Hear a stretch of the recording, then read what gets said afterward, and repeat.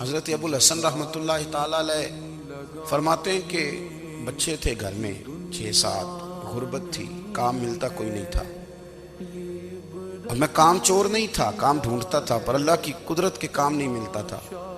فرماتے ہیں کہ میں نے ایک دن اپنی اہلیہ سے کہا کہ آج میں پھر جاتا ہوں کام ڈھونڈنے، تو میری بیوی بڑی فرما بردار تھی، پر اس دن نہ غربت کے ہاتھوں تانگ آ کے کہنے لگی آج نہ کچھ لے کے آیا تو میں بچے لے کے میکے چلی جاؤں گی۔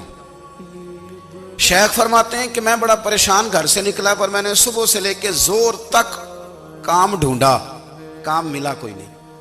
تو میرے دل میں خیال آیا چلو کام نہیں ملتا تو اللہ اللہ تو کرے نا، چلو بندوں کی مزدوری نہیں ملتی تو رب کریم کی عبادت ہی کرتے ہیں۔ فرماتے ہیں کہ میں نے نا فرات کے پانی سے وضو کیا، نہر کے، شدید دھوپ تھی، ساتھ ریت تھی اور ریت تپ رہی تھی، میں نے اپنا رومال وہیں مصلی کے طور پر بچھا لیا، اور فرماتے ہیں کہ زور سے لے کر عصر تک نماز پڑھی، دھوپ بھی پورے زور پہ پر میرے سجدے کا ذوق بھی پورے زور پہ۔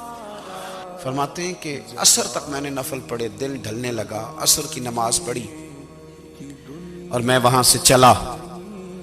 اب میں جب نکلنے لگا تو دل میں خیال آیا کہ چھوٹی چھوٹی دیواریں ہیں گھر کی، بغیر کچھ لیے جاؤں گا تو بیوی دور سے دیکھے گی تو شور کرے گی کہ پھر خالی ہاتھ آ گیا ہے۔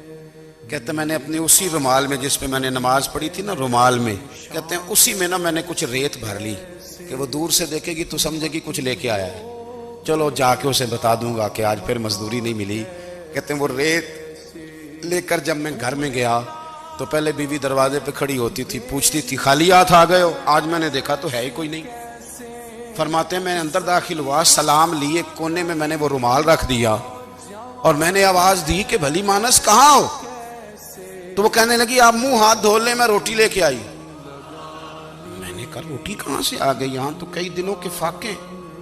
فرماتے ہیں کہ وہ روٹی لے کے آئی اور اس وقت کی جو موجودہ نعمتیں تھیں، سمجھ لیں سلاد، اچار، ہر چیز ساتھ لائی۔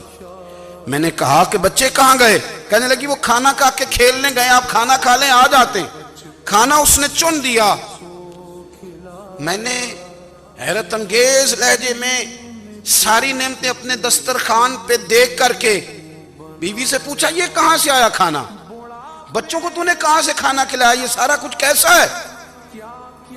کہنے لگی پتہ نہیں آج آپ کس کریم کی مزدوری کرنے چلے گئے تھے، پتہ نہیں کس کریم کی، میرے گھر میں تو اتنی نعمتیں آئی ہیں کہ مجھ سے سنبھالی نہیں جا رہی، اتنا اناج ہے، اتنا گندم ہے، کس کریم کے دروازے آج چلے گئے تھے؟